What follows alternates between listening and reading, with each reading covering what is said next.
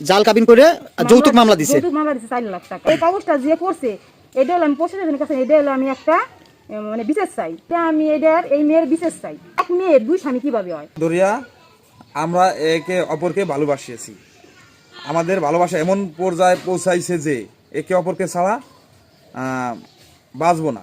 আমার ভোটার কার্ডটা দেখাই, আমার সিগনেচার আর আমার সিগনেচারের কোনো মিল নেই। তো সিগনেচার কিভাবে দিছে? সিগনেচার কে দিছে, কিভাবে দিছে, আমি তো এটাই যাচাইয়ের জন্য আপনার কাছে আবেদন করছি।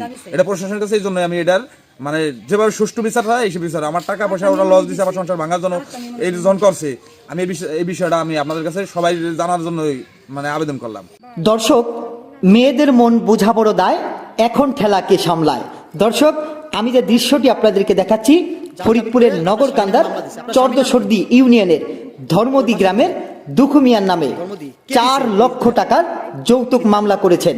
দর্শক, যিনি করেছেন এই দুখু মিয়ার আপন সম্বন্ধীর বউ কিন্তু তার নামে এই মামলাটি করেছেন। দর্শক, আর যিনি করেছেন তার বাসা হচ্ছে নগরকান্দা উপজেলার তালমা ইউনিয়নের বিল গোবন্দপুর গ্রামের রোজিনা আক্তার। তিনি কিন্তু 4 লক্ষ টাকার যৌতুক মামলা করেছেন। দর্শক, যাকে দেখছেন এটা হচ্ছে দুখু মিয়ার বউ। তিনি বলছেন যে এই মেয়েটি রোজিনা আক্তার, এই মেয়েটি এরকমই করে বেড়ায়। তিনি কিন্তু অভিযোগ করেছেন তার ভাইয়ের বোন নামে। দর্শক, আপনাদেরকে একটু দেখানোর চেষ্টা করব। এই রোজিনা আক্তার তিনি বলেছেন যে আমাদের বিবাহ বন্ধন হয় ভালোবেসে, এখন তারা অস্বীকার করছে, কিন্তু দুখু মিয়া বলছেন আমি এর কিছুই জানি না।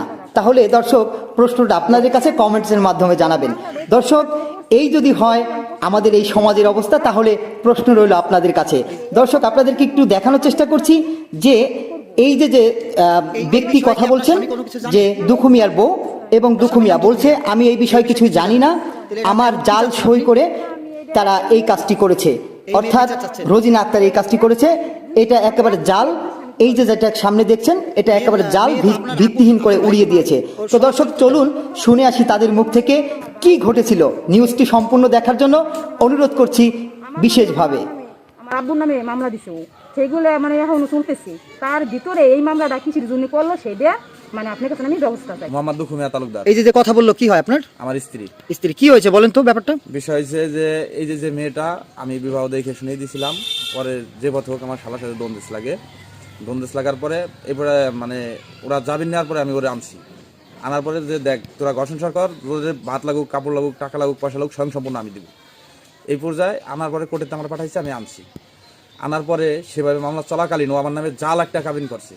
দেখেন, সেই কাবিনের কোনো মিল নাই। ও যে তারিখে কাবিন করছে তারও, যে তারিখে মামলা দিছে তারও 24 দিন আগেও